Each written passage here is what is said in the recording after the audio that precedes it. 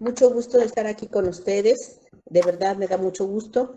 Y también agradezco al doctor José Antonio Neira Flores, el director de la EFAJA, por, por esta invitación que, pues que a mí me llena de gusto y de verdad me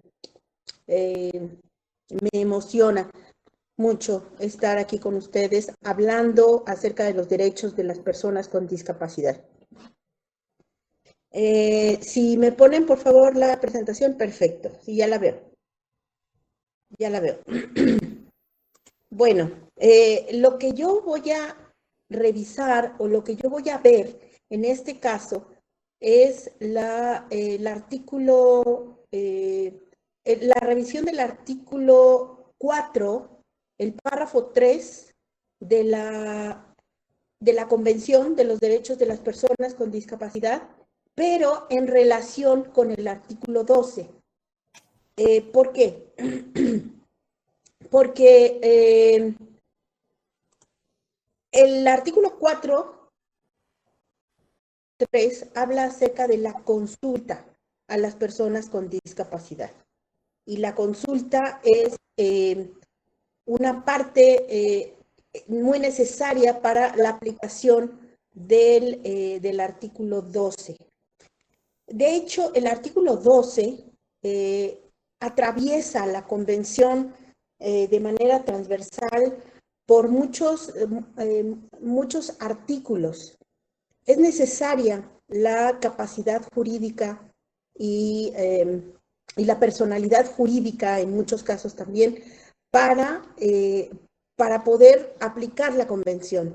Ese es uno de los, ese es uno de los elementos importantes para el cambio de paradigma que viene aparejado con la convención. La siguiente, por favor. La siguiente diapositiva. Muchas gracias. Muy bien. Veamos. Y bueno, ¿por qué les voy a hablar de esto? Porque es algo muy nuevo. Es algo que no, yo lo he buscado en otros países, yo lo he buscado también en mi propio país y no hay nada, todavía no nos movemos acerca de consultar a las personas con discapacidad. Lo que dice el artículo 4, el párrafo 3 de las obligaciones generales es que en la elaboración y aplicación de legislación y políticas para hacer efectiva la presente convención y en otros procesos de adopción de decisiones sobre cuestiones relacionadas con las personas con discapacidad, los estados partes celebrarán consultas estrechas y colaborarán activamente con las personas con discapacidad, incluidos los niños y las niñas con discapacidad, a través de las organizaciones que las representan. Esto es algo nuevo, no debería ser algo nuevo. Es algo nuevo preguntarle a las personas con discapacidad, oye, ¿tú qué necesitas? Eso debería ser básico, primordial, lógico, pero no es así. Normalmente nosotros decidimos, nosotros quienes no tenemos discapacidad, decidimos qué es lo que quieren, qué es lo que necesitan, qué es ¿Qué es lo que pueden tener las personas con discapacidad? Damos por hecho que no saben, que no pueden, que, que nosotros somos los que sí sabemos y los que podemos tomar la mejor decisión. Entonces, déjenme platicarles acá en mi país, en México, nosotros vimos cómo en el estado donde yo vivo, que es San Luis Potosí, vimos cómo se hacían las leyes y se sacaban leyes. El Congreso del Estado simplemente elaboraba a su gusto las leyes y sacaba cosas que así, con la lógica que les estoy diciendo, decían, bueno, pues las personas con discapacidad necesitan esto. Jamás habían tenido contacto con personas con discapacidad, jamás les habían preguntado, pero los legisladores decían, nosotros podemos, nosotros tenemos no solo esa potestad, sino que también tenemos el conocimiento. Eso no está bien, eso no es correcto. Entonces, en dos ocasiones, en el año 2017 y en el año 2018, interpusimos aquí en la Comisión de Derechos Humanos una acción de inconstitucionalidad en cada uno de los casos, porque consideramos que las leyes que se estaban elaborando eran, pues eran contrarias a la convención, porque no se consultaba a las personas con discapacidad. Tardó 3 años la Suprema Corte de Justicia mexicana en dar su fallo, pero en enero de este año finalmente declaró que eran improcedentes esas leyes que habían hecho los legisladores mexicanos. ¿Y qué fue lo que sentenció la Suprema Corte de Justicia? Pues la consulta, precisamente, consultar a las personas con discapacidad acerca de esas leyes que definitivamente les afectaban. Una era parte de la ley de personas con discapacidad, definitivamente les afectaba, y la otra era la ley de asistencia social, que también les afecta. Entonces, en ambos casos nos dio la Suprema Corte la razón y nosotros aquí en San Luis estamos entonces muy preocupados y muy ocupados en ver cuáles son las características de una consulta que debe de llevarse a cabo. ¿Por qué? Porque además estamos muy ocupados con eso. Porque la ONU, en su observación general número 7, la última que salió justamente en el 2018, a finales del 2018, en diciembre, indica lineamientos muy específicos que deben aplicarse en el caso de las personas con discapacidad. Y estas implican precisamente un reconocimiento de una capacidad jurídica para las personas con discapacidad. ¿Qué capacidad jurídica? Bueno, eso es lo que vamos a ver en este momento. La que sigue, por favor.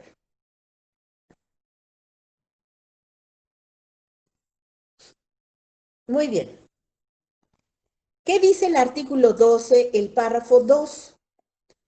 Que habla sobre igual reconocimiento como persona ante la ley. Dice que los estados partes reconocerán que las personas con discapacidad tienen capacidad jurídica, o sea, independientemente de que tengan personalidad jurídica, en este caso tienen una capacidad jurídica en igualdad de condiciones con los demás, dice aquí, en todos los aspectos de la vida. Bueno, pues el consultarles es uno de ellos, es uno de los aspectos de la vida. Y tiene que ser esa consulta en igualdad de condiciones con las demás. ¿Qué es lo que nosotros, no sé ustedes en Perú qué hagan, pero nosotros aquí es tradicional que para hacer consultas a la población se hagan foros? Entonces, así como llamadas a misa, que se toca la campana y el que quiera venir viene y el que no quiera venir no viene, aquí hay una diferencia. Resulta que si nosotros tocamos la campana y decimos que venga quien quiera, puede haber personas que quieran venir, pero que no puedan venir, que no tengan la posibilidad de acudir a un lugar donde se va a llevar a cabo el foro, y entonces eh, ya no se encuentran en igualdad de condiciones con los demás. Ya su capacidad jurídica se va a ver reducida por esa, ¿por qué? Pues porque a lo mejor sí querían. Muchas de las personas con discapacidad, claro que quieren que les pregunten, que les consulten, que les, que les digan qué necesitas, qué quieres, y no simplemente que les pongan o les impongan algunas cosas que nosotros consideramos. Entonces, hay una, hay una variación en cuanto a lo que se debe hacer cuando son foros para personas que no tienen ninguna discapacidad.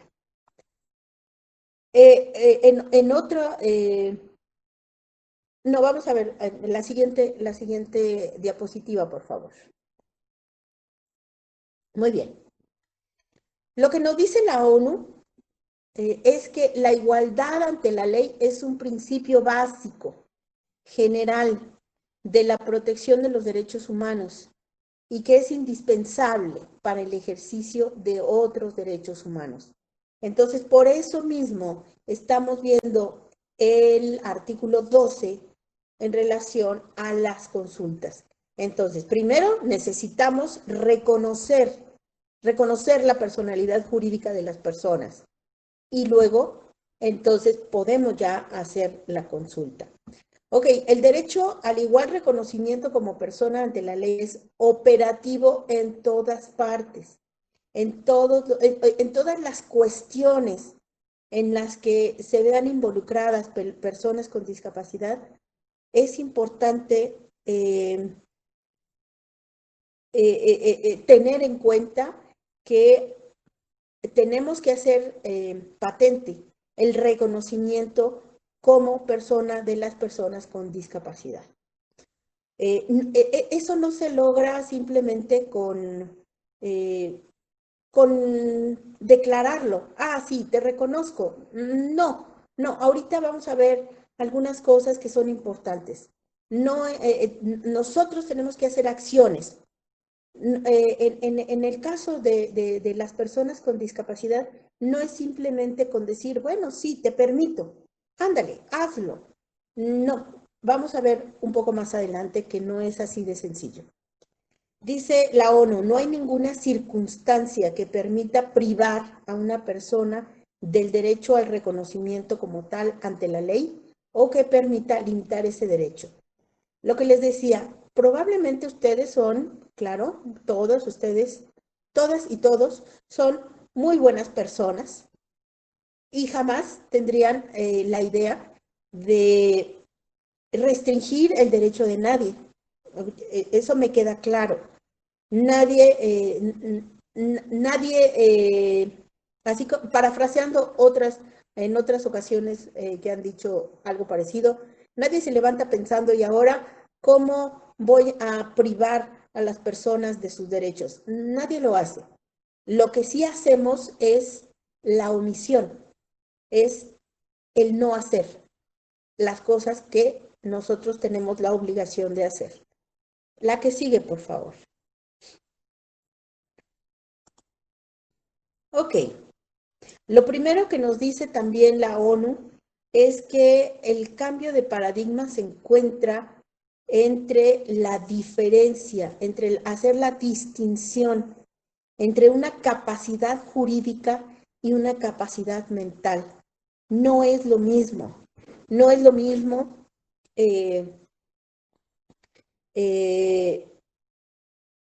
La capacidad mental de las personas puede variar muchísimo. Puede variar entre todos los que estamos aquí reunidos, que me están escuchando, y yo, la capacidad mental puede variar muchísimo. Pero nosotros, todos los que estamos aquí, creo, tenemos la misma capacidad jurídica, la misma. Y de eso se trata. Entonces no hay que confundir, no es a mayor capacidad mental, mayor capacidad jurídica, no. Eso nos tendría que quedar muy claro. No tenemos que confundir. La que sigue, por favor. Ok, el artículo 2 en el párrafo 3 dice: los Estados partes adoptarán las medidas pertinentes para proporcionar el acceso a las personas con discapacidad al apoyo que puedan necesitar en el ejercicio de su capacidad jurídica. El apoyo, ok, ya nos dicen apoyos, pero ¿qué significa para nosotros, para ustedes que son trabajadores del área de justicia? Bueno, pues significa que tenemos que allegarnos de todo lo necesario para que podamos igualar las condiciones de las personas con discapacidad, sean estas las personas con discapacidad auditiva, en algunas ocasiones pues solamente con un intérprete de lengua de señas es suficiente. Para las personas con discapacidad intelectual, en el caso de las personas con discapacidad intelectual, pues tenemos muchas posibilidades. Podemos apoyarnos de los familiares, podemos apoyarnos de los amigos, podemos apoyarnos de los pares, podemos apoyarnos de lo que sea necesario. Para eso también tenemos que comunicarnos con las personas. También tenemos que ver y tratar de entender a las personas. Porque si para nosotros estas personas son así un número más, ¿ok? El que sigue, el que sigue, el que sigue. Entonces, justamente ahí estamos perdiendo la posibilidad de dar los apoyos que requiere la persona, de entenderla. Cada persona tiene su propia, o no cada persona, muchas personas tienen maneras no convencionales de comunicarse y podemos también apoyarnos en formas no convencionales para poder entenderlos. En el caso de la que sigue, por favor. Ok. Lo que dice la ONU también es: el apoyo debe respetar los derechos, la voluntad y las preferencias de las personas con discapacidad y nunca debe consistir en decidir por ellas. Ese marca un cambio de paradigma que viene dentro de la Convención de los Derechos de las Personas con Discapacidad. Nosotros decidíamos por las personas, decidíamos qué era lo mejor, decidíamos qué es lo que deben hacer o cómo deben tratarse sus bienes, todos los asuntos relacionados con ellas. Alguien lo decidía. Creo que ustedes están cambiando su manera de tratar la interdicción. Nosotros en México no. Nosotros en México seguimos instalados en la interdicción. Pero bueno, la interdicción ya no debe existir. Lo que debe existir son los apoyos. Las personas con discapacidad no debe ser su voluntad, debe ser no lo que nosotros consideremos que es mejor para ellas. En la mañana estaba dando un curso también en el que les decía que cuando México firmó la convención en el año 2007, puso una reserva, y fue una reserva precisamente al artículo 12. Y me gustaría leerles, es que no suena mal, pues, ¿no? Suena bastante lógico, pero es no entender el cambio de paradigma que viene con la convención.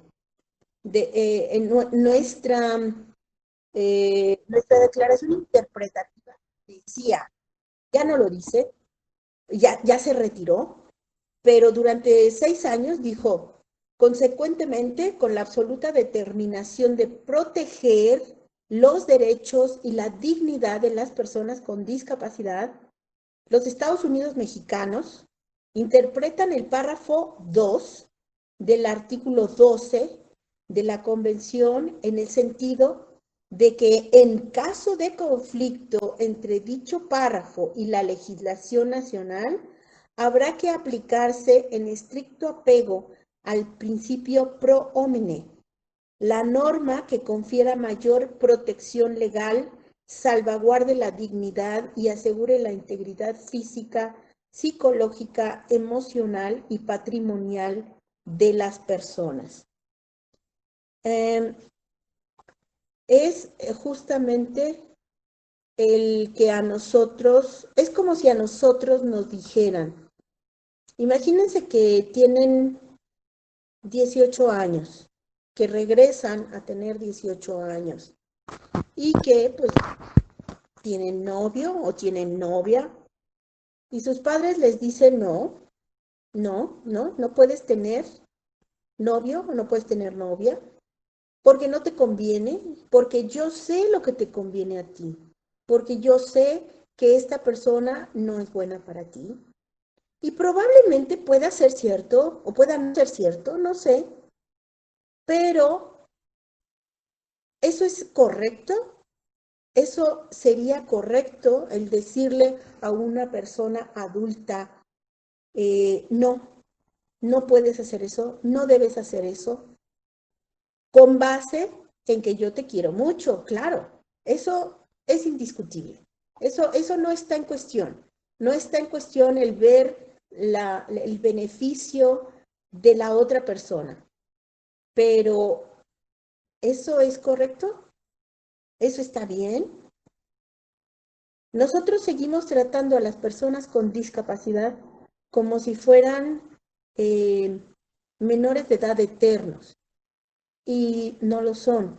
Tenemos que reconocer también que son adultos, que, que tienen, que es su derecho tener una capacidad jurídica y poder decidir. Hay quien dice, nosotros las personas que no tenemos discapacidad, incluso tenemos un derecho no escrito, el derecho a equivocarnos. Es decir, ¿cuántas personas de las que están aquí reunidas el día de hoy, son divorciadas? Y no pasa nada, es decir, pues hubo un error, una equivocación y va para atrás. No, reconocemos el error, pues, ¿no? Pero existe ese derecho no escrito a poderse equivocar, y ese derecho también debe ser un derecho de las personas con discapacidad en el caso de las decisiones que deban de tomar ellas. Tienen que tener toda su capacidad jurídica. Por eso mismo, el apoyo que se les dé debe respetar los derechos, la voluntad y las preferencias de las personas con discapacidad y nunca debe consistir decidir por ellas. Es justamente todos los ejemplos que les acabo de poner. El que nuestros padres decidieran, no, no señor, usted no va a tener, no va a ser novio de mi hija que tiene 18 años, no, no, no, no va a ser, así es que retírese. Eso es decidir por ellas. O al revés, señorita, usted por favor, retírese porque mi hijo, que ya tiene 18 años, no va a tener un noviazgo con usted. Ok, continuamos. La que sigue, por favor. Nosotros tenemos el caso, la foto que ven aquí se llama Aldair Coronel, Rafael Aldair Coronel, y es un chico con discapacidad intelectual que fue interdicto por sus padres y cuando él ya tuvo edad suficiente y se dio cuenta de que estaba interdicto y empezó a ir a una escuela con otros chicos igual que él con discapacidad intelectual y también empezó a estudiar y empezó a ver qué era eso de la interdicción y que él no podría nunca, mientras estuviera interdicto, tener un trabajo, tener tener nada. Créanme que el estar interdicto es convertirse en un mueble, convertirse en un florero. ¿Por qué? Porque se pierde justamente la personalidad jurídica y la personalidad jurídica es indispensable para tener derechos humanos. El único requisito para tener derechos humanos es ser persona. Y si te quitan tu calidad de persona, pues no tienes derechos humanos. Entonces, este chico habló con sus padres y de hecho sus padres estuvieron de acuerdo en que no debía estar interdicto. Él es bastante funcional, este chico. De hecho, se volvió muy famoso a raíz del juicio que él interpuso en contra de la interdicción a la que lo sometieron sus padres. Pero déjenme decirles que sus padres estaban de acuerdo. Era mucho más fácil, ustedes me van a decir, pues, era mucho más fácil ir al juzgado y retirar la interdicción y ya. Sí, pero todos los que estaban ahí, inclusive el abogado, estuvieron de acuerdo en que en este caso él tenía que pelear por porque la ley, porque la legislación pudiera cambiar, porque tenía que dar sus argumentos para poder quitar la interdicción de su persona. Entonces, lo hizo.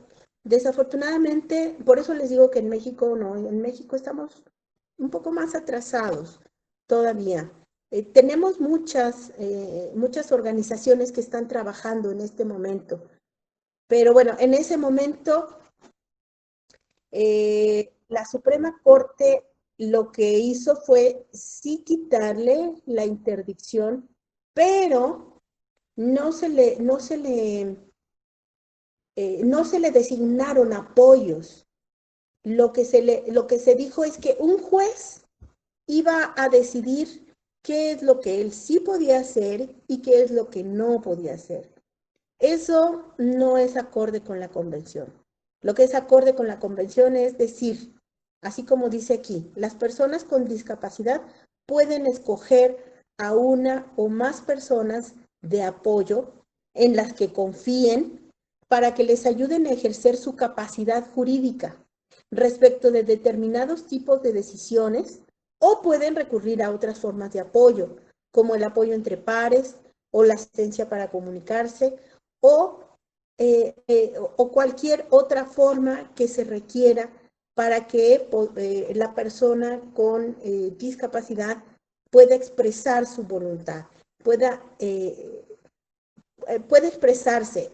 Yo recuerdo que este chico, cuando lo entrevistaban, de repente decía, eso no lo entiendo. A ver, ¿me ayudas? Decía con el que estaba a un lado, ¿me ayudas?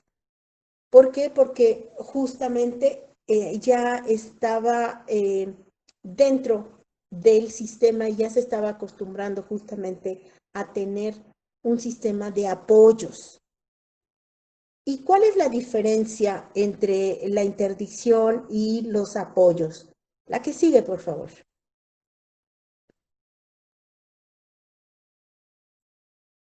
Aquí está muy gráficamente. El reconocimiento de la capacidad jurídica, ahorita lo vamos a ver más a detalle en las consultas a las personas con discapacidad, es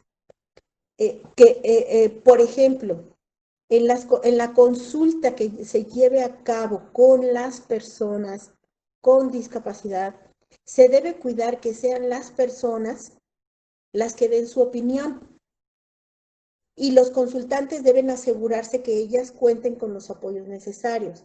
En la figura de la izquierda tenemos a alguien que se está superponiendo a otra persona. Eso sería decidir por la otra persona, es decir, ponerse enfrente, es decir, anular a la persona que está atrás. Y en la figura de la derecha tenemos a dos personas que están una junto a la otra, y así como les decía yo que Aldair lo hacía, en el momento en el que no entiendo, no comprendo, ¿me ayudas? ¿Me explicas? ¿Me dices? Pero no me dices qué es lo que tengo que decir, no, explícame lo que está pasando, porque no lo entiendo. Y ya que lo entienda, entonces yo decido. Eh, Esto para nosotros en las consultas es importante porque les decía al principio, los foros a los que estamos acostumbrados, los foros que estamos acostumbrados a llevar a cabo,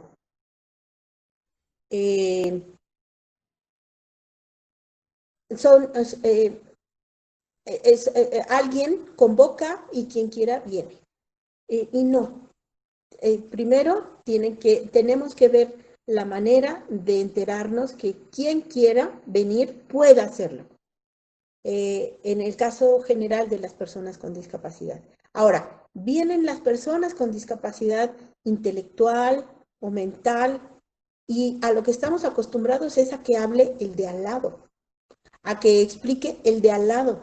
Y las personas con discapacidad que llegan a los foros son personas que vienen de adorno. Ellos, nadie se acerca a consultarlos, nadie va a ver qué es lo que necesitan, nadie va a, a, a verlos como protagonistas de la consulta. No, son accesorios, los protagonistas son otros. Suele ser así. Los protagonistas son, pues, los presidentes de asociaciones, los familiares, eh, toda, toda una serie, pues, ¿no? De personas, excepto ellas, ¿no? Y bueno, la última, diapositiva.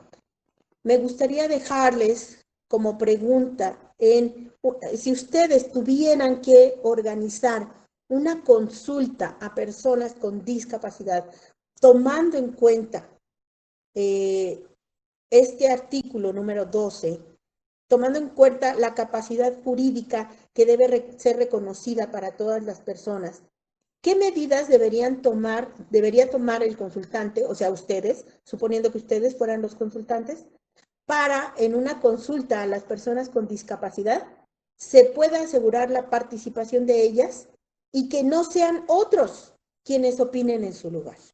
Esto me gustaría dejarlo como reflexión, porque es muy importante también para el caso de las consultas, que también en cualquier momento Perú debería también ya estar avanzando, así como ha avanzado en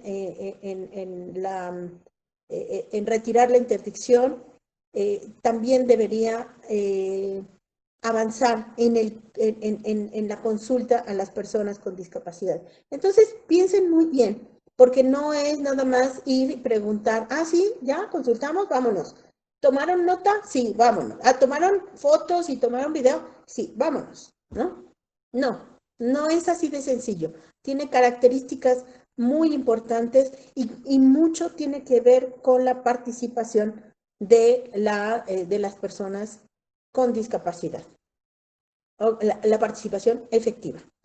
Pues muchas gracias por el espacio. Nuevamente agradezco al doctor José Antonio Neira Flores, el director de la FAJA, por haberme permitido hablar con ustedes. Muchas gracias. Muchas gracias a usted, doctora Catalina. A continuación, la doctora Emilia Bustamante también abordará el tema sobre tutela jurídica de los derechos de las personas con discapacidad. Doctora Emilia, le doy la palabra. Muchas gracias, Emilia. En primer término, quiero agradecer a la audiencia de este evento, ¿no? Que siempre organiza entusiastamente el doctor José Antonio Neira Flores, quien dirige FAJA ya más de una década y con mucho éxito, ¿no? Compartiendo inquietudes jurídicas sociales que son necesarios que nosotros conozcamos, tanto los que estamos en el Poder Judicial, en el Ministerio Público, como los abogados en general y la sociedad entera, ¿no? A mí me complace mucho compartir esta oportunidad con el tema que ya anunciaste, ¿no? La tutela jurídica de los derechos de la persona con discapacidad. En primer lugar, quiero agradecer esta motivación por el estudio de los derechos de la persona con discapacidad. Tiene un granito de arena en muchas personas que he conocido en mi vida profesional, comenzando por la doctora Mariana Pineda Ángeles, que es una destacada defensora y promotora de los derechos de la persona con discapacidad y trabaja en la Defensoría del Pueblo. También la Fundación Aiquitas de España, la doctora María Graciela Iglesias, una destacada ex magistrada argentina y ahora también promotora activa de los derechos de la persona con discapacidad, y obviamente a mi alma mater, la Pontificia Universidad Católica del Perú, donde tuve oportunidad de llevar no solo mi carrera profesional, sino también una diplomatura en discapacidad. Hay muchos temas que trabajar, pero en esta oportunidad vamos a tratar la tutela jurídica. En este momento, Kenia, voy a compartir la pantalla, por favor. Sí, doctora, debe compartir usted. A ver. Presentar, ¿dónde dice presentar ahora? Ajá, estamos, a ver, ¿me confirmas, por favor? Se ve la diapositiva, ¿no? Sí, sí, lo estamos viendo. Pongan la presentación. Está bien. Ahora sí, sí se ve. Excelente, muy bien. Muchas gracias. Entonces, prosigo con el tema que estamos hoy día convocados, ¿no? Es importante, tal como lo ha señalado acá la doctora Catalina Torres Cueva, resaltar el papel que le toca cumplir a la Convención sobre los Derechos de las Personas con Discapacidad y su protocolo facultativo, ¿no? Es una convención que tiene una implicancia universal en cuanto a la reivindicación de los derechos humanos de las personas con discapacidad, y luego de 2 años de trabajo arduo en el seno de Naciones Unidas, fue adoptado el año 2008. El Perú ratificó como miembro de Naciones Unidas este tratado internacional y lo adecuó a la norma interna, entrando en vigor el 3 de mayo del 2008. ¿Qué significa? Que el Perú está vinculado por las normas de esta convención internacional desde mayo del 2008. Y es el parámetro legal internacional de los derechos humanos que norma las diversas normas internas que tiene el Estado peruano en materia de derechos de discapacidad. Es para mí importante destacar 3 definiciones de las que plantea la Convención de Naciones Unidas, ¿no?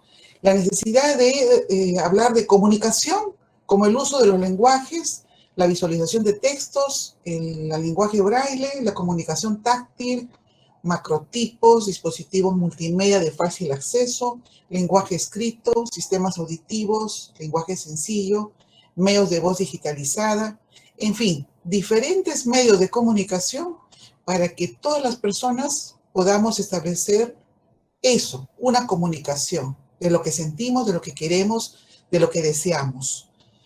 El lenguaje se entiende tanto el lenguaje oral como el lenguaje de señas y como también la comunicación no verbal.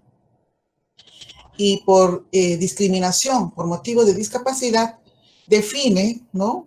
Ampliamente la convención a que se entenderá como tal cualquier distinción, exclusión o restricción por motivo de discapacidad que tenga el propósito o el efecto de obstaculizar o dejar sin efecto el reconocimiento, goce o ejercicio en igualdad de condiciones de todos los derechos humanos y libertades fundamentales en los ámbitos político, económico, social, cultural, civil o de otro tipo. Incluye todas las formas de discriminación, entre ellas la denegación de ajustes razonables. Iremos avanzando poco a poco con los conceptos necesarios en esta regulación internacional, que ahora es nacional, ¿no? Por la incorporación a la normativa nacional. Ajustes razonables. Esos ajustes razonables son definidos como aquellas modificaciones y adaptaciones necesarias y adecuadas que no impongan una carga desproporcionada o indebida cuando se requieran en un caso particular. ¿Qué pasa si una persona utiliza muletas o utiliza una silla de ruedas? ¿Cómo se le podrá brindar un ajuste razonable para que tenga un trato, ¿no?, digno de respeto de derechos humanos a una persona con discapacidad? ¿Qué significa estos ajustes razonables? El poder implementar, como hemos visto ya en diferentes tiendas y diferentes instituciones, las rampas, por ejemplo, de acceso, ¿no? Son formas y mecanismos por los cuales se quiere garantizar que las personas con discapacidad tengan el acceso en iguales condiciones que cualquiera de los que no tienen discapacidad al ejercicio de sus derechos fundamentales, al derecho al libre tránsito, el derecho de acceso a una institución pública, a una institución privada, en fin. Si trabaja y es una persona que tiene alguna discapacidad, también los ajustes razonables implica el dotarle de alguna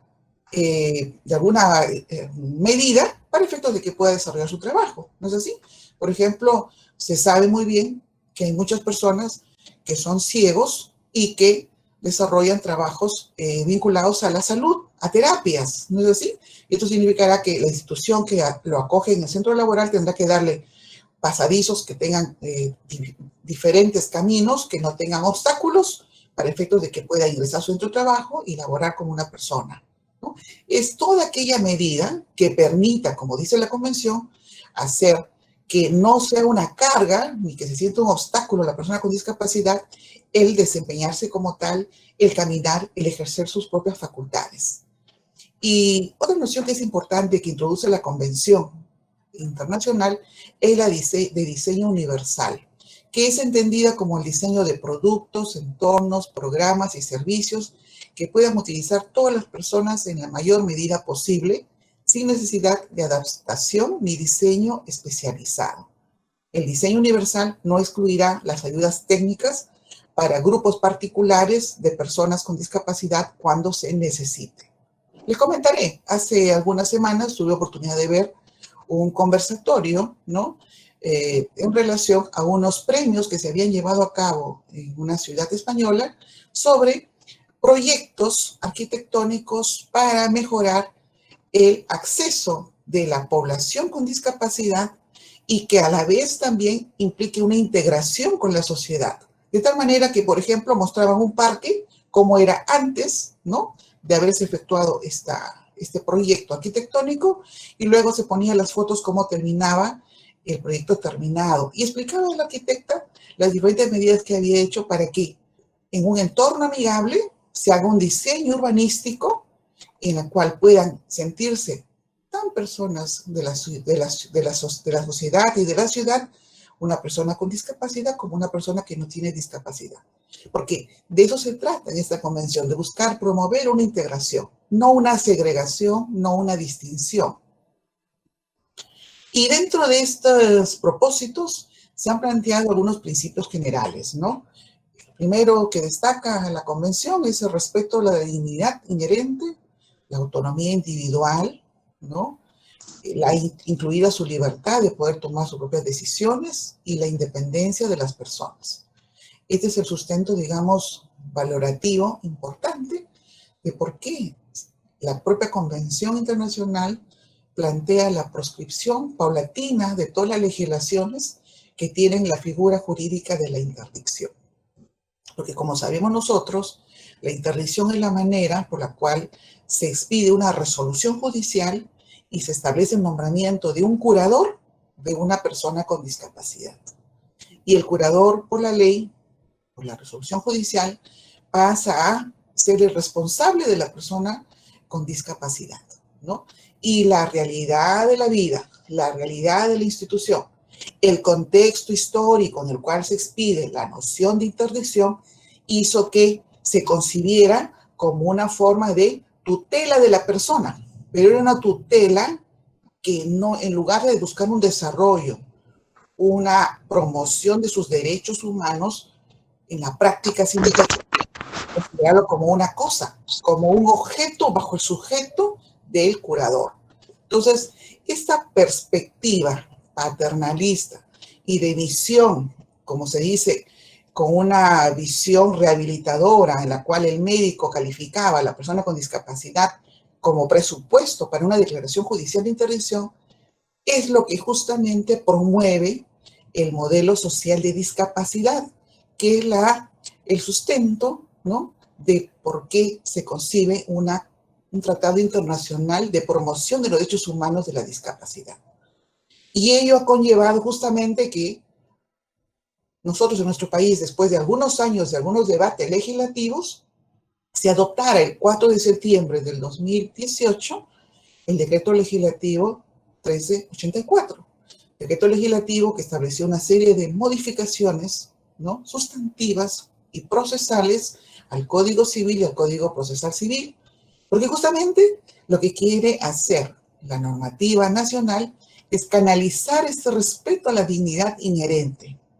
Ya no es de que el que está sujeto a curatela depende del curador, ¿no? Hay que saber qué es lo que necesita, qué es lo que requiere, porque es una persona vulnerable. Una persona con discapacidad es una persona vulnerable, es una persona que requiere más bien de la sociedad, y eso es lo que quiere desarrollar y darnos a mostrar esta convención internacional.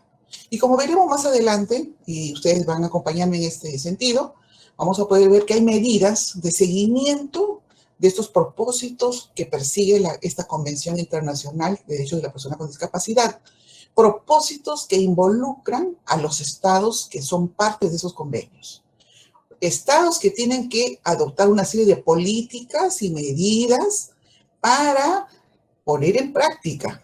No se trata solamente de hacer un tratado internacional, tomarnos una foto, ¿no?, en el seno de Naciones Unidas y suscribir leyes. Se trata de propender a que la sociedad comience a querer a sus personas con discapacidad, a incorporarlos como personas de su sociedad, a que queden atrás aquellas historias en el Perú y en América Latina, donde las personas con discapacidad no son comprendidas, donde las personas con discapacidad son encerradas en un cuarto, donde personas con discapacidad le ponen una jaula, le ponen un candado, le ponen una cadena y los tienen guardados. Y uno cuando ve las noticias nacionales e internacionales se queda con sorpresa. O sea, no es un ser humano. No es un ser humano la persona con discapacidad.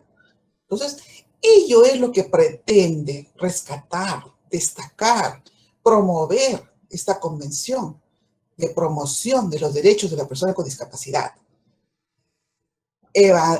Tratar de que la sociedad entera, nosotros que nos hemos formado con un modelo rehabilitador y de concepción de que discapacidad es minusvalía, rescatemos esos valores, esos derechos humanos de todos los seres que son nuestros hermanos. Son iguales de seres como nosotros. Igual, como señalaba hace un momento nuestra destacada doctora Catalina Torres, ¿quién no se equivoca cuando toma una decisión? ¿Cuántas veces nos hemos equivocado en algunas tomas de decisiones? O sea, que tiene capacidad, entre comillas, nunca se equivoca de nada. No es así. Y lo que se quiere en esta convención y lo que hemos comprendido nosotros es que se quiere destacar, se quiere relevar determinados valores humanos que hay que resaltar. No es una cosa el interdicto, no es una persona que depende de otra, debe ser una persona revalorada, debe ser una persona atendida, no como en algunos casos se nombra el interdicto y el curador maneja su cuenta de dinero, maneja su obligación de bienes y a veces ni se cuida a la persona, ni se cuida su estabilidad emocional, ni se cuida su estabilidad económica de la persona. Entonces, eso es parte de un tratamiento histórico, social, legislativo. Y la Convención de Derechos Humanos lo que hace es incorporar estas perspectivas, estos principios que alimenten una visión de respeto a la dignidad de las personas con discapacidad. Por eso es el primer principio. Y va unido de la mano con la no discriminación, no el segmentarismo, no verlo como si fuera un objeto raro, ¿no? No, sino una persona. Será una persona de talla baja, pero es una persona que es sorda, tal vez muda también, es una persona. Hay que relevar a las personas, no hay que esconderlas, ¿no? Como si fueran productos defectuosos, los escondo, no. La sociedad tiene que verlos de otra manera.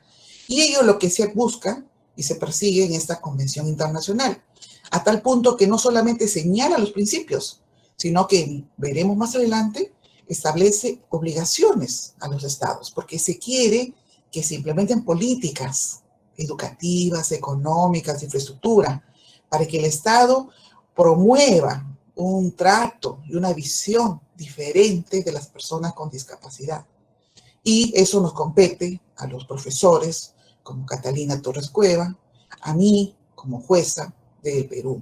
Y a los jueces del Perú y a los fiscales tenemos una responsabilidad, tenemos la obligación de comprender las convenciones internacionales, no solo para pasar un curso, porque cualquiera pasa un curso con buena nota. No se trata de captar las esencias de las normativas internacionales que todo Estado, al ser parte de un tratado internacional, lo asimila como parte de su normativa interna. Entonces, los jueces somos los primeros obligados en conocer las normas y no solamente conocerlas, sino también comenzar a aprenderlas, comenzar a practicarlas, comenzar a verlas. Yo recuerdo una experiencia en uno de mis cursos justamente de discapacidad. Una magistrada de Costa Rica comentaba la experiencia, ¿no? La doctora Cintia, de cómo atendió a unos litigantes que fueron a buscarle su despacho judicial y los litigantes eran personas ciegas, ¿no? Personas con discapacidad visual. Entonces, ella se vio en un apremio, cómo los iba a atender, cómo tenía que transmitirle la respuesta a la inquietud que ellos querían como usuarios del servicio de justicia, y luego también para salir de la sede, cómo salir, ¿no? Ella nos comentaba que hizo una cadena humana, ella se puso adelante, la mano de ellos atrás, un poco para guiarlos para poder salir, porque todo despacho judicial, los que trabajamos en el servicio de justicia y los usuarios en primer lugar saben que no son espacios muy cómodos, ¿no? Ahí faltan múltiples ajustes razonables arquitectónicos, ¿no? Es una experiencia de vida, ¿no? Son formas en las que ya tenemos que ir adaptando e incorporando a las personas con discapacidad en nuestro entorno social. Ellos son parte de nuestro entorno social, realmente. Y la no discriminación va de la mano con el respeto de la dignidad inherente de la persona con discapacidad. Y luego viene el principio de la participación e inclusión plenas y efectivas en la sociedad, ¿no? El hecho de ejercer el voto. ¿Qué importancia? ¿Por qué se tenía que proscribir el derecho al voto como producto de las interdicciones? Las interdicciones tienen un objetivo, pero el ejercicio democrático, el raciocinio, la elección de sus autoridades, ¿cómo puede comprenderse como parte de una limitación humana? Entonces, ya vamos viendo que hay diversas facetas que, con la figura antigua del modelo rehabilitador y el uso de la interdicción como tal, pues no estaban previstas, eran más limitantes que pro derechos humanos, ¿no? Y dentro de ello también un principio general importante es el respeto por la diferencia y la aceptación de las personas con discapacidad como parte de la diversidad y condición humana. No son distintos a nosotros, ni son diferentes a nosotros, ni de ninguna manera. La igualdad de oportunidades, por supuesto, y al menos en el Perú podemos dar fe de que estamos caminando en ese sentido, ¿no? Hemos tenido ya la experiencia de haber tenido algunos congresistas, ¿no? Y esto es importante porque grafica que estamos en pleno camino a respetar plenamente los derechos de las personas con discapacidad. La accesibilidad, que en este momento vamos a desarrollar más en detalle. La igualdad siempre entre los hombres y las mujeres, sin discriminar tampoco ni discriminar por discapacidad, ni tampoco discriminar por razón de sexo. El respeto a la evolución de las facultades de los niños y las niñas con discapacidad. El derecho a preservar su identidad, bueno, obviamente por lo que son niñas y niños menores de edad, ¿no? El derecho de un niño con discapacidad también a tener derecho a la educación. Entonces, es un amplio marco de diferentes facetas en la que como seres humanos deben ser promovidos y deben ser incorporados plenamente a la sociedad. Eso es lo que busca esta convención internacional. Todos estos principios inspiran justamente la Convención sobre Derechos de las Personas con Discapacidad. Y todo juez, todo fiscal, todo abogado que tenga que desarrollar algún tema vinculado a la defensa jurídica de una persona con discapacidad tiene que tomar en cuenta, en primer lugar, estos principios. Y obviamente la sociedad entera también, porque es parte justamente de esta promoción universal de los derechos de las personas con discapacidad. La igualdad y no discriminación. La convención es claro. Todas personas son iguales ante la ley y en virtud a esto tienen derecho a igual protección legal y a beneficiarse de la ley en igual medida sin discriminación alguna. Se establece la obligación de los estados de prohibir toda discriminación por motivos de discapacidad y garantizar a todas las personas con discapacidad protección legal igual y efectiva contra la discriminación por cualquier motivo. Evidentemente aquí hay un papel muy importante que desde muchos años, como comentaba hace un momento, viene desarrollando la Defensoría del Pueblo con la Oficina de Promoción de Derechos de la Persona con Discapacidad. Mucho antes de la convención ya hay un desarrollo de promoción. Obviamente no se agota, porque el Perú es inmenso, tiene más de 30 millones de personas, pero ahí está caminando en esta actividad. Luego también se señala, ¿no? A fin de promover la igualdad y eliminar la discriminación, los estados partes adoptarán las medidas pertinentes para asegurar la realización de ajustes razonables. No se consideran discriminatorias en virtud de esta convención las medidas específicas que sean necesarias para acelerar y lograr la igualdad de hecho de las personas con discapacidad. Igual también hace una mención especial a la necesidad, ¿no?, de tener en cuenta el reconocimiento, evitar la discriminación y adoptar las medidas que sean necesarias para que las mujeres con discapacidad ejerzan sus derechos humanos. Y hay una especial mención que los estados partes deben tomar todas las medidas que sean necesarias para garantizar un ejercicio y goce de los derechos humanos y las libertades fundamentales que reconoce esta convención.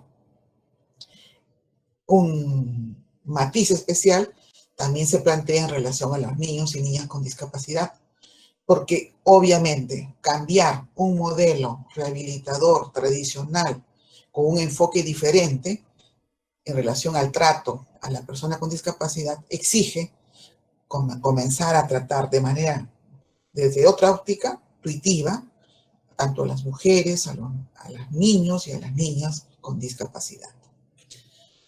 Ahora, una noción importante junto con la de ajustes razonables es de accesibilidad, ¿no?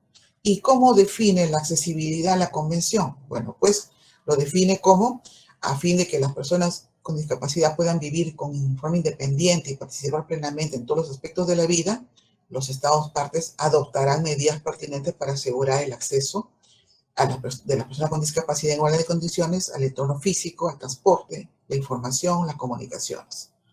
Claro, algunos de ustedes me dirán, pero doctora, usted está soñando, porque no en todas partes del Perú hay posibilidad de mejorar el entorno físico. ¿Qué pasa con personas con discapacidad que viven en los cerros, ¿no? De la periferia de las ciudades? Así es una realidad que no hay accesibilidad, obviamente, a las personas con discapacidad en esos casos.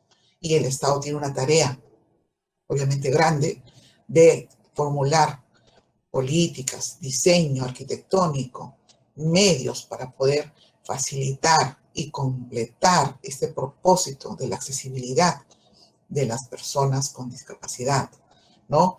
Ese propósito que no se agota solamente en una rampa, porque la rampa sola no va a beneficiar a todos, sino que vaya esto en camino a mejorar de una forma orgánica y ampliada, ¿no? No solamente en la calle, sino en las escuelas o los edificios públicos, las instituciones hospitalarias, médicas, los lugares de trabajo, ¿no? O sea, es un propósito, obviamente, que obviamente no se va a lograr inmediatamente, a mediano plazo tal vez, pero sí que debe canalizarse en las políticas públicas para llevar a cabo en un determinado tiempo con determinados objetivos. Por lo menos empezar con algo puntual y luego ir avanzando, que esto sea no solamente un sueño o algo ideal, sino que sea realidad.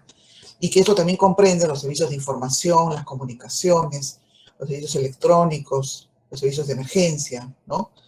Por ejemplo, hay softwares, ¿no? Que permiten poner un documento en Word y que haya lectura, ¿no? Entonces, obviamente una persona que tiene discapacidad visual pueda, mediante el sonido del software, leer textos, ¿no? Que el software lea textos para que pueda aproximarse al contenido de los textos. Entonces, no está todo tampoco resuelto para todos los casos, pero ya hay mecanismos por los cuales la accesibilidad, que es un mecanismo de lograr esa integración de personas con discapacidad, se promueve a nivel institucional y estatal en esta convención internacional.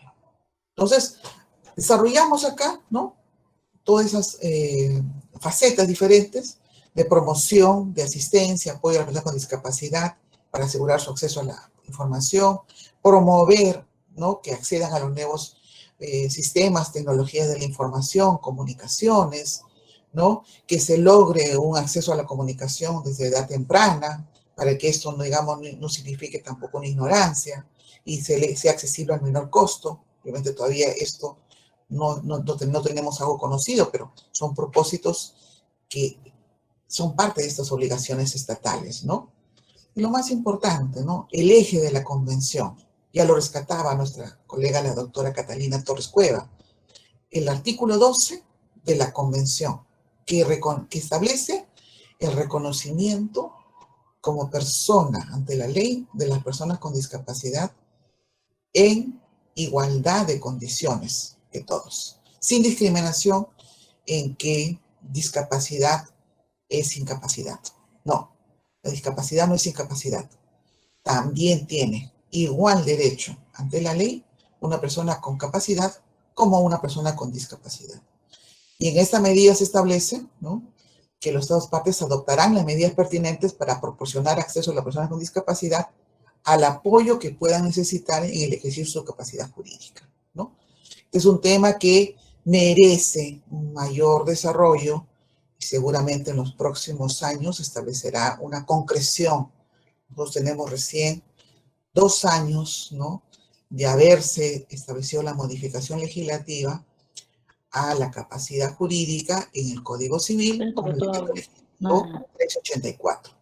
Es preciso tomar en cuenta. ¿Sí, Kenia? Puesto tu... ¿Kenia? Bueno. Sí, doctora, le escucho. No le he preguntado nada, alguien está con su micrófono. Excelente, gracias, Kenia. Es necesario, ¿no?, tomar en cuenta, tenemos recién 2 años de celebrado esta modificatoria legislativa, que obviamente hubiera sido ideal, que se hubiera adoptado con un mayor debate, ¿no?, de discusión en los foros académicos, en los foros sociales, sobre los alcances de esta modificación que se propuso en el decreto legislativo 384, pero en la medida que ya es una ley, lo que tenemos que hacer los operadores jurídicos que estamos vinculados con la aplicación de las normas es evaluar, ver su aplicación y en todo caso, si es que hay que hacer algún tipo de modificación legislativa para perfeccionar el instrumento, bueno, proponer las medidas, ¿no?, que sean necesarias, ¿no? Pero lo rescatable es que con este decreto legislativo se adecúa la normativa civil interna al propósito de la igualdad jurídica de todas las personas ante la ley, ¿no?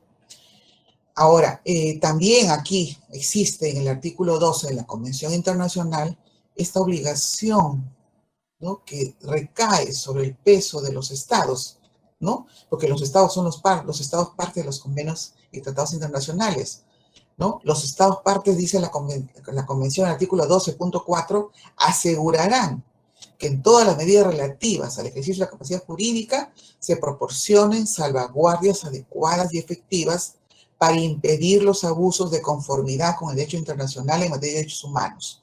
Estas salvaguardias asegurarán que las medidas relativas al ejercicio de la capacidad jurídica respeten los derechos, la voluntad y las preferencias de la persona, que no haya conflictos de intereses ni influencia indebida, que sean proporcionales y adaptadas a las circunstancias de la persona, que se apliquen en el plazo más corto posible y que estén sujetas a exámenes periódicos por parte de una autoridad o de un órgano judicial competente, independiente e imparcial. Las salvaguardias serán proporcionales al grado en que dichas medidas afecten a los derechos e intereses de las personas. Es de rescatar dos conceptos que son importantes para aplicar el artículo 12 de esta Convención Internacional. Uno es la noción de apoyos, ¿no?, de las personas con discapacidad que van a justamente permitir ejercer su capacidad jurídica a las personas con discapacidad. Y el otro término son las salvaguardias, que son las medidas de garantía que deben permitir este ejercicio de la capacidad jurídica de la persona con discapacidad. Porque ya lo señalaba la doctora María Graciela Iglesias, las personas con discapacidad son esencialmente vulnerables. Y esta vulnerabilidad hace que se abusen de sus derechos, que no se cautelen sus derechos, que se vulneren sus derechos, que no se tome en cuenta su voluntad, que no se tome en cuenta su decisión, que no se tome en cuenta su querer. ¿No es así? Si quiere tomar un helado, ¿le voy a poner el helado que yo quiero como curador o le tengo que preguntar a la persona con discapacidad qué sabor de helado desea? ¿Se dan cuenta? Es un matiz muy importante de diferencia. No es que el curador elige, no. El apoyo ahora pasa a ser quien coadyuva en la manifestación de esta voluntad. Y para ello tiene que haber justamente un examen muy minucioso, muy preciso, como dice el doctor Edwin Béjar, juez de familia de acá del Poder Judicial peruano, que es uno de los precursores de aplicar la convención que estamos comentando en este momento sobre derechos de la persona con discapacidad. Es importante, los jueces, los operadores directos, cuando van a dilucidar el nombramiento de los apoyos, ¿no?, tomen en cuenta el informe del equipo multidisciplinario que lo integran psicólogos, asistentes sociales, en cuanto a cuál es la persona que está cercana a la persona con discapacidad y que va a poder tener esa confianza de poder entenderlo, comprender su voluntad. Porque la voluntad no solamente es hablar, la voluntad también puede transmitirse por lenguaje de señas, por signos, por manifestaciones diversas, ¿no? Entonces, hay que tomar en cuenta la realidad de la persona con discapacidad y en eso hay que buscar comprender quién conoce y cómo se puede entender esa manifestación de voluntad de la persona con discapacidad. Ese es el propósito de esta convención, es el propósito que se ha canalizado en las normas que regulan el Código Civil y el Código Procesal Civil en torno a los apoyos.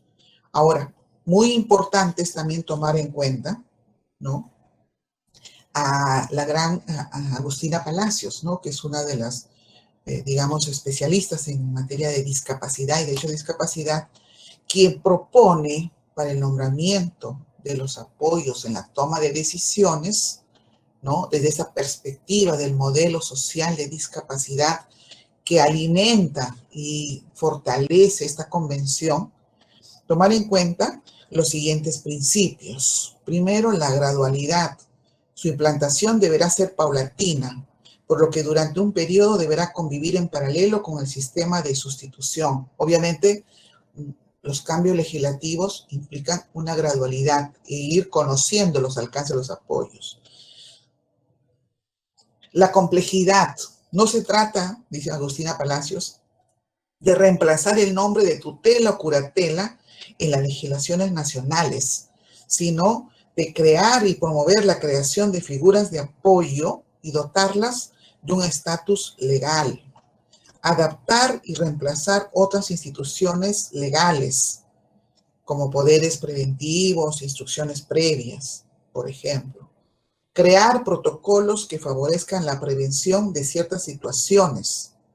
Desarrollar una acción política que garantice la capacitación de las personas con discapacidad y de las personas de apoyo. Establecer recursos financieros, ¿no? O sea, tampoco no se trata de que cambiamos las leyes y comenzamos a operar. Hay un periodo de tránsito y hay que ir comprendiendo por todos los operadores legales cómo concebir, cómo enfocarnos, cómo designar a una persona como apoyo. Diversidad, otro principio. El sistema de apoyo debe adaptarse a las diferentes situaciones personales y sociales en función, ¿no?, a sus necesidades, a sus requerimientos. Es una persona con discapacidad con habilidades deportivas, con habilidades musicales o con habilidades intelectuales. ¿Cuáles son esas habilidades? ¿No? El respeto por los deseos y la voluntad de las personas, señala Agustina, también en la propia elección de los mecanismos o personas de apoyo. También tiene que haber empatía con la persona con discapacidad. Si no, ¿cómo puede ser un apoyo para la toma de decisiones si no hay empatía? ¿No es así? Debe ser abierto a todas las personas que puedan tener dificultades para ejercer la capacidad jurídica y no solo a las personas con discapacidad. Claro, ¿por qué designar un apoyo solamente para personas con discapacidad? A lo mejor una persona también con capacidad requiere un apoyo, ¿no? O sea, no es solamente algo particular de. Y debe ser presidido por los derechos. En suma, debe orientarse, dice Agustina Palacios, a favorecer al máximo el ejercicio de los derechos por parte de las personas apoyadas y ser plenamente respetuoso con los mismos. ¿Por qué? Porque hay un principio, ¿no?, que señalamos hace un momento, el respeto a la dignidad inherente de la persona con discapacidad. O sea, recordémoslo, dignidad inherente de la persona con discapacidad. O sea, el centro de los apoyos es la persona con discapacidad, ¿no? Y también dice el artículo 12 de la Convención en cuanto a el igual reconocimiento como persona ante la ley: sin perjuicio de lo dispuesto en el presente artículo, los Estados partes tomarán todas las medidas que sean pertinentes y efectivas para garantizar el derecho de las personas con discapacidad, en igualdad de condiciones con las demás, a ser propietarias, heredar bienes, controlar sus propios asuntos económicos y tener acceso en igualdad de condiciones a préstamos bancarios, hipotecas y otras modalidades de crédito financiero, y velarán porque las personas con discapacidad no sean privadas de sus bienes de manera arbitraria. Claro, pues también hay que velar por su patrimonio, ¿no es así? No solo por la persona y sus derechos. En suma, el artículo 12, que es el centro, el eje de la Convención sobre Derechos de la Persona con Discapacidad, es un vuelco tremendo, ¿no? Es un cambio tremendo, es un cambio de paradigma que implica comprender de otra manera los derechos de la persona con discapacidad y la forma de tutelar de la mejor manera los derechos de esta persona. Y dentro de esta perspectiva de tutela de derechos, un papel importante nos corresponde a nosotros los jueces, muy importante, ¿no? el acceso a la justicia. Dice el artículo 13, los estados parte, o sea, todos los estados que celebran este tratado internacional, asegurarán que las personas con discapacidad tengan acceso a la justicia en igualdad de condiciones con las demás, incluso mediante ajustes de procedimiento y adecuados a la edad, para facilitar el desempeño de las funciones efectivas de esas personas como participantes directos e indirectos, incluida la declaración como testigos en todos los procedimientos judiciales, con inclusión de la etapa de investigación y otras etapas preliminares. Claro, es una perspectiva en la cual tiene una gran tarea, ¿no? El Poder Judicial y el sector justicia en su gran magnitud, ¿no? Ya hay una muestra al menos de un avance que se desarrolló en la jurisdicción comercial, ¿no? Que hace como 2 años justamente implementó una sala, ¿no? de accesibilidad, de tal manera que en el edificio de la sede comercial en Miraflores se habilitó un ambiente para que las personas con discapacidad pudieran acceder a tener entrevistas con los jueces, a recabar información, ¿no? Y bueno, pues es un granito de arena. Bueno, algunos dirán, no es nada, el Poder Judicial no hace nada, como siempre critican, pero estamos avanzando. O sea, ya es una muestra de una iniciativa, de una acción. Nos atrapa a veces el tema presupuestario y eso lo vemos nosotros, ¿no? En el día a día, en el desarrollo. Falta potenciar mejor, ¿no? Los equipos de auxilio interdisciplinario, ¿no? Pero estamos haciendo, digamos, actividades, ¿no? De difusión de los derechos que emanan de esta convención. Se están haciendo actividades de capacitación con los jueces de familia en cuanto al Poder Judicial y estamos tratando, ¿no? De abarcar, claro que en 2 años no se puede avanzar todo, esto es una preparación, un cambio de perspectiva y un cambio también educacional, es también un cambio de perspectiva de formación personal y profesional que cada uno de nosotros tenemos, ¿no? Y obviamente eso no va a ser tampoco automático, pero estamos en esa medida, ¿no? Enmarcados en este cumplimiento del acceso a la justicia. Todavía todo no está avanzado, falta mucho por hacer, ¿no? Y ahí también viene el punto 2, ¿no? A fin de asegurar que las personas con discapacidad tengan acceso efectivo a la justicia, los estados partes promoverán la capacitación adecuada de los que trabajan en la Administración de Justicia, incluido el personal policial y penitenciario, ¿no? Acá tenemos una tarea muy grande, ¿no? Inmensa, ¿no? Inmensa, y esto no solamente abarca el sector justicia, sino también involucra al Ministerio del Interior, porque se habla de personal policial, ¿no? Y también involucra al Ministerio de Justicia, porque se habla de personal penitenciario. Y como sabemos, el personal penitenciario depende del INPE. El INPE es una institución que depende del Ministerio de Justicia, ¿no? El personal policial es importante porque una primera medida ante la vulneración de los derechos en nuestras ciudades o donde vivimos es acudir a hacer una denuncia policial, ¿no? Y si el policía no entiende a una persona con discapacidad y quiere manifestar una vulneración a sus derechos, pues obviamente no estaremos cumpliendo la función de canalizar el acceso a la justicia. ¿Es así? O un personal de un ministerio público, de un juzgado, de una sala superior, de una sala suprema, que no atienda y no canalice para comenzar a saber escuchar a una persona con discapacidad, no estaremos cumpliendo el acceso a la justicia, ¿no? Entonces, tenemos obligaciones internacionales, tenemos obligaciones nacionales y también tenemos obligaciones morales, ¿no? Como personas que somos, de canalizar respecto a estos derechos humanos. La propia convención tiene sus propias normas de seguimiento nacional. Es importante destacarlo, ¿no? Que tiene un comité de seguimiento que establece una evaluación de los países, como desde el 2006 a la fecha vienen implementando la Convención Internacional.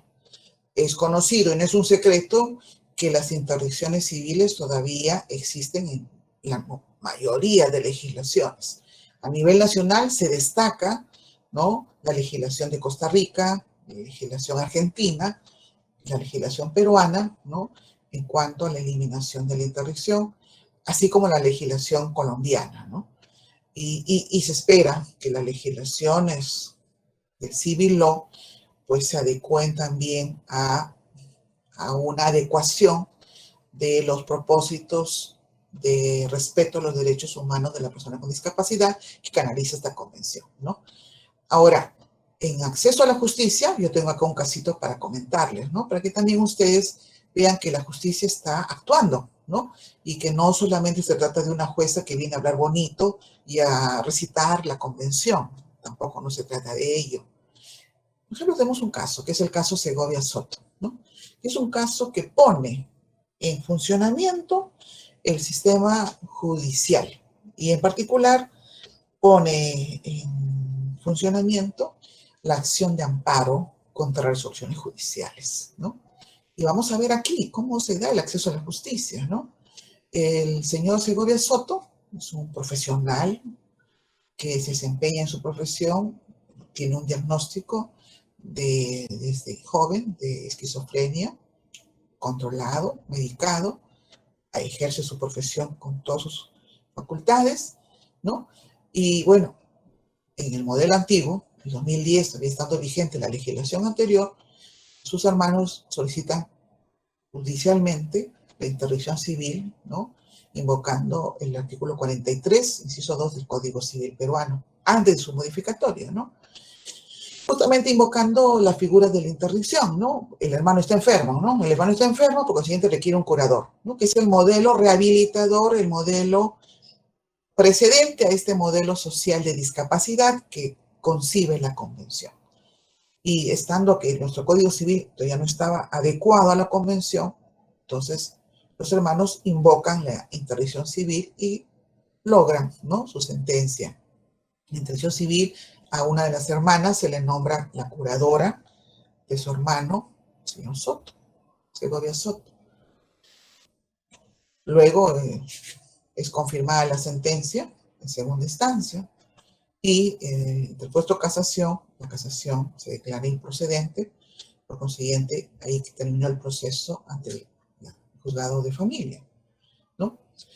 El señor Segovia Soto, en ejercicio de sus funciones como persona con discapacidad mental, impugna esas decisiones del juzgado de familia y lo hace mediante el amparo contra resoluciones judiciales, alegando la vulneración a su derecho al debido proceso, el derecho a la prueba, a la debida motivación, a la razonabilidad, a la proporcionalidad, a tener una decisión fundada en derecho, a dignidad, libertad e igualdad, ¿no? Por estimar de que esta declaración de interdicción y nombramiento de curador se ha hecho vulnerando las normas de la Convención sobre Derechos de las Personas con Discapacidad y normas conexas. Bueno, ¿qué pasó en el amparo que se planteó contra esas resoluciones de familia, del juzgado de familia, de la Sala Superior, que confirmó la decisión del juez de familia, y contra la resolución casatoria que declaró importante la casación? Se amparó la demanda en primera instancia en 2014, ¿no? Se declaró fundada la demanda, ¿no?, justamente por estimar de que no había habido una adecuada motivación en la medida en que no se había pronunciado en absoluto la jurisdicción de la interdicción respecto a la alegada vulneración de las normas de la Convención sobre Derechos de la Persona con Discapacidad, ¿no? Y ordenó que se emita un pronunciamiento, ¿no?, valorando, motivando expresamente esta convención. Y asimismo dispuso esta sentencia, ¿no?, una exhortación, fíjense ustedes la fecha, agosto de 2014, 4 años antes todavía de la modificatoria del Código Civil y la adecuación a la convención, ¿no? Y se exhortó tanto al Poder Judicial como al Ministerio Público a que se realice un programa de sensibilización y aplicación de la convención. Porque como ustedes ya recordarán, nosotros el Perú es estado parte de esta convención desde el año 2006, ¿no? En toda convención se entiende que vincula a los estados y se entiende también que los jueces tenemos que aplicar las convenciones de las que los estados es parte en nuestras resoluciones. y lo que se advirtió en este amparo justamente era una omisión de pronunciamientos sobre estas disposiciones internacionales. Ahora, usted sabe muy bien que el amparo es un órgano de revisión en cuanto a la decisión cuando vulnera los derechos de la tutela procesal efectiva y su debido proceso, entre otros, ¿no? No puede de manera alguna un amparo sustituirse en una decisión judicial, ¿no? Por respeto al fuero. Entonces, aquí, ¿qué pasó? Fue apelada la sentencia, no sé si, del amparo que ganó el señor Segovia, y esta fue confirmada por la tercera sala civil, y ahí terminó el proceso, que es un proceso claro, es un importante referente, el caso de Segovia Soto, porque justamente las resoluciones judiciales ponen en relieve que existe una convención internacional sobre derechos de la persona con discapacidad y de las cuales no ha habido pronunciamiento en las mismas resoluciones de interdicción. ¿Por qué? Porque el señor Segovia Soto tenía derecho a ser oído en el proceso, ¿sí o no? ¿Tenía derecho a actuar en el proceso y que se vea si estaban vulnerando sus derechos como persona con discapacidad? ¿Sí o no? Lo planteo como pregunta. Entonces, para nosotros, este caso es un importante referente de la jurisprudencia constitucional peruana que trata del cuestionamiento de las sentencias emitidas por la jurisdicción peruana sobre interdicción civil.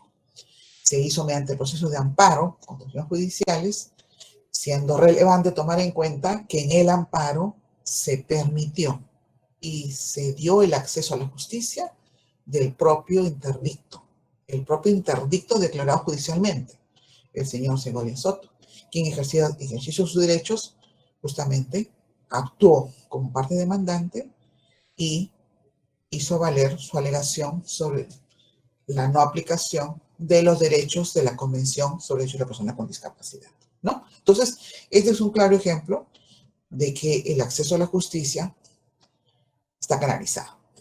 Ahora, claro, alguno me dirá, doctora, pero no nos diga eso porque no le dieron la razón. Es verdad, pero seguramente que ahora, con estos pronunciamientos y con esta invocación que se hace expresamente en la Convención a que los poderes judiciales y el Estado, ¿no?, realice políticas de difusión, de promoción, de conocimiento de las normas que contiene este convenio internacional, obviamente el panorama jurídico, judicial, fiscal, debe cambiar, ¿no?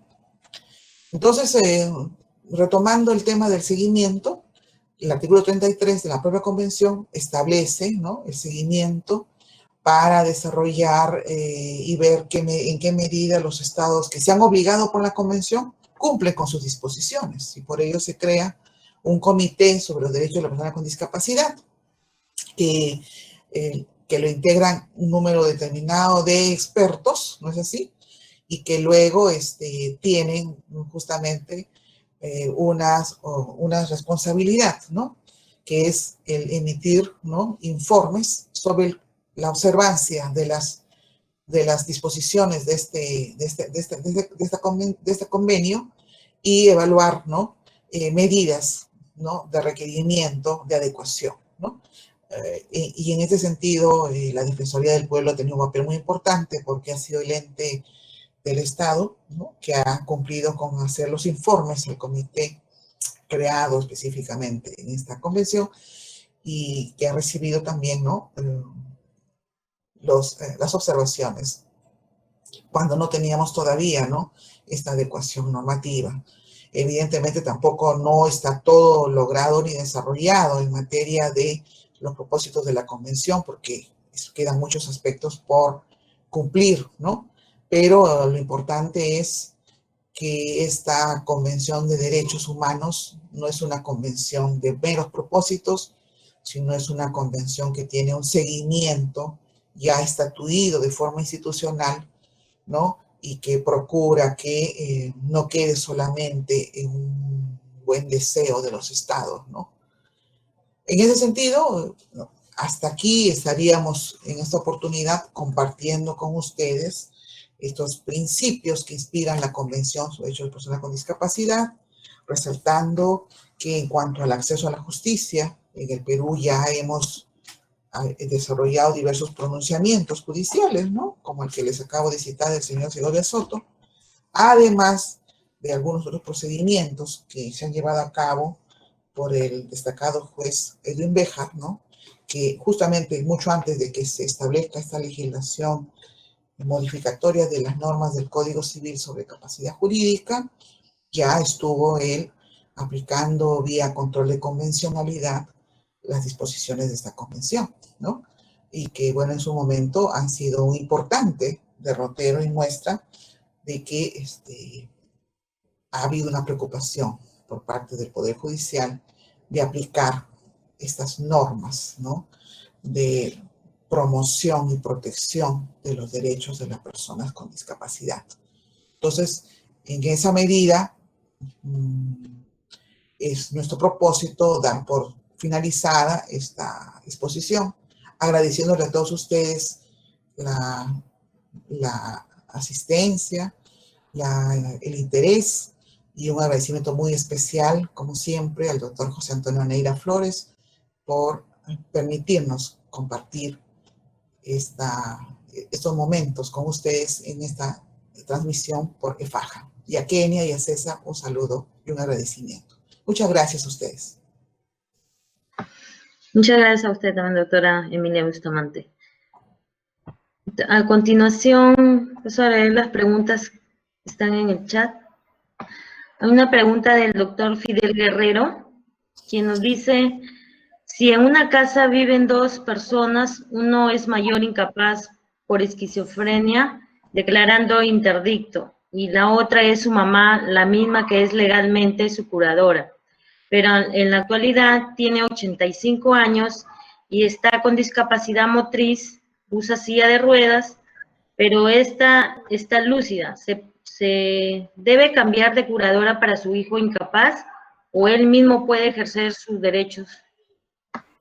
Bueno, de acuerdo a la normativa que acabo de reseñarles, el decreto legislativo 384, ha habido justamente ya una adecuación a la Convención sobre Derechos de la Persona con Discapacidad, de tal manera que como interdicción ya no rige, ¿no?, jurídicamente, salvo para casos muy excepcionales que prevé la propia normativa. Pero deberé señalarles de que asimismo también a nivel del Ministerio de la Mujer se ha establecido un procedimiento de adecuación, ¿no?, de, como estamos en una etapa de tránsito, porque imagínense, recién son 2 añitos, ¿no?, de esta modificatoria legal. ¿Qué se hace con todos los cientos de procesos de interdicción declarados y en trámite a nivel de todo el Perú? Imagínense ustedes. Entonces, se ha establecido un trámite de conversión y adecuación, ¿no?, para que se adecue a esta modificación, de tal manera que ya no estaríamos hablando de nombramiento de interdicto ni de curador, sino estaríamos adecuando a la figura de los apoyos para la toma de decisiones. Entonces, en este caso, tendría primeramente que actualizarse el trámite justamente ante el juzgado donde se tramitó la interdicción y el juez va a tener que evaluar, ¿no?, si se mantiene la señora como su apoyo en esta oportunidad o no, ¿ya? Pero es importante tomar en cuenta, o sea, ya la pregunta en sí ya me está manifestando un sesgo de discriminación. Ya veo a Catalina que está moviendo la cabeza y ahorita va a hablar Catalina seguramente. O sea, ¿qué vamos a decir? Ella es una persona anciana, está un poco con dificultades motrices, pero razona bien. Un momentito, o sea, veamos a la persona, ¿no? Veamos a la persona, veamos a la madre, cómo entiende a su hijo, cómo lo comprende, qué cosa administra la madre, ¿no? Obviamente acá estamos resolviendo la pregunta a la luz de la convención, ¿no? Estamos hablando a la luz de la convención. Entonces, aquí lo que habría que hacer es adecuar ese trámite, que ya no es de interdicción, sino es de apoyo ante el juzgado de familia, y asimismo, el juez de familia, que tiene que estar ya capacitándose, si no está capacitándose, ya tiene que estar tomándole fuerza a entender los propósitos de la convención. Y tendrá que el juez de familia, como una tarea de desprenderse de ese paradigma que hemos tenido antes de la interdicción, comenzar a pensar desde el punto de vista del apoyo, del punto de vista de la persona que va a coadyuvar la toma de decisiones. Y si partimos ya de prejuicios, estamos mal, estamos mal. O sea, entonces por gusto hemos conversado en esta sesión porque nuestra audiencia no nos ha entendido, ¿no? No es así, amigos, no es así. Tenemos que comenzar a hacer el esfuerzo de este sesgo ideológico, formativo o deformativo que nos acompaña, ¿no? En la consideración de que vemos siempre diferente, menor a la persona con discapacidad, ¿no? Ahora, usted me pregunta, yo digo, el juez de familia o el juez de familia que sea responsable va a tener que determinar si es conveniente designarla como apoyo a la mamá, que antes era la curadora, y establecerá las funciones respectivas. Es importante también, no solamente puede ser un apoyo, pueden ser dos apoyos, puede ser la mamá y otra persona más. No hay problema. Todo lo que coadyuve en fortalecer los derechos humanos de la persona con discapacidad, bienvenido sea. Pueden ser dos personas de apoyo, determinando las funciones de cada persona y estableciendo las salvaguardias, que las salvaguardias son la garantía. ¿Para qué? Para evitar un abuso de la persona vulnerable. Porque una persona con discapacidad es una persona vulnerable. Hasta ahora es tratada como una persona sujeta a otra, como una persona con discapacidad. Entonces requiere protección, tutela, cuidados, que se desarrolle lo mejor posible su vida. Entonces, el juez de familia tiene que tomar en cuenta todos esos insumos que son necesarios. Catalina, creo que tú tienes algo que agregar, ¿no? Sí, sí, tenemos que empezar a pensar, así como dices tú, que un cambio de paradigma no significa construir sobre lo que tenemos. Nosotros en este momento tenemos un sistema de curatela, un sistema incluso de salvaguardas de ese sistema que tenemos. Y tenemos que empezar a ver que un cambio de paradigma no es cambiar eso que tenemos ya, es cambiarnos de lugar, es movernos de lugar completamente. Entonces, empezar a ver, como dices tú, ya no a la persona con discapacidad como el objeto. Ahora, ¿quién se va a encargar de él? No. O sea, ahora, ¿quién va a apoyarlo? Y como lo dices tú perfectamente bien, pueden no ser una persona, pueden ser dos, pueden ser diversidad de ayudas y de apoyos los que puede tener. Ya no va a ser la curatela, ya no va a ser ese sistema que tenemos. Tenemos que comenzar a forjar uno nuevo. Olviden el otro, ya lo dejamos, lo abandonamos, ya. O lo deconstruimos, lo dejamos planito y entonces volvemos a hacer los cimientos y construimos otra cosa. Eso es un cambio de paradigma. Entonces, sí, por eso ponía las caras, precisamente, porque tenemos que empezar a ver de una manera diferente. La interdicción ya no debe ser la interdicción. Es más, ni siquiera ese nombre, pues, o sea, ya eso lo dejamos atrás. Eso ya no debe existir y ahora vamos por otra cosa. Y yo a ustedes, pues los felicito porque nosotros no hemos llegado a tanto. Nosotros en México no hemos llegado todavía a eso. Yo sé que ahorita, pues lo que falta es la capacitación, pero bueno, pues ya tienen una base. Y nosotros no, nosotros todavía estamos peleando por tener una base, pues una base firme sobre lo que necesitamos construir. Ustedes ya tienen eso, construyan algo nuevo, algo diferente. La siguiente pregunta nos dice si es posible declarar inadmisible una demanda de designación de apoyo cuando no se presenta un certificado psiquiátrico expedido por IPRES, a pesar de que la incapacidad es evidente e incluso existe un registro ante CONADIS. Bueno, si se ha declarado inadmisible la demanda, entendemos nosotros que algún requerimiento ha pedido el juez de familia, ¿ya? Para efectos de poder admitir la demanda. Pero hay que tener en cuenta que estamos ahora hablando de la designación de apoyos y ya no estamos en ese enfoque anterior de valorar un examen psiquiátrico para determinar un apoyo. Lo que se va a hacer por el juez de familia es valorar diversos elementos, ¿no? Entre ellos, la opinión especializada del equipo técnico disciplinario, que lo componen acá en Perú profesionales sociales, ¿no? Como asistente social, como como psicólogo también, ¿no? Entonces, no es un aspecto médico únicamente como se decía antes. Y como repito, tal vez a lo mejor no está claro en la concepción de apoyo en esta calificación de demanda. No tengo el texto y tampoco no puedo opinar directamente sobre el texto, pero estando al objeto académico de este evento internacional, es necesario, ¿no?, tomar en cuenta que si es inadmisible, falta completar algún requerimiento que pide el magistrado. Pero evidentemente el magistrado no podrá basar solamente su resolución en una evaluación médica, sino en función a una evaluación en función al dictamen también que le soporte y le apoye el equipo multidisciplinario.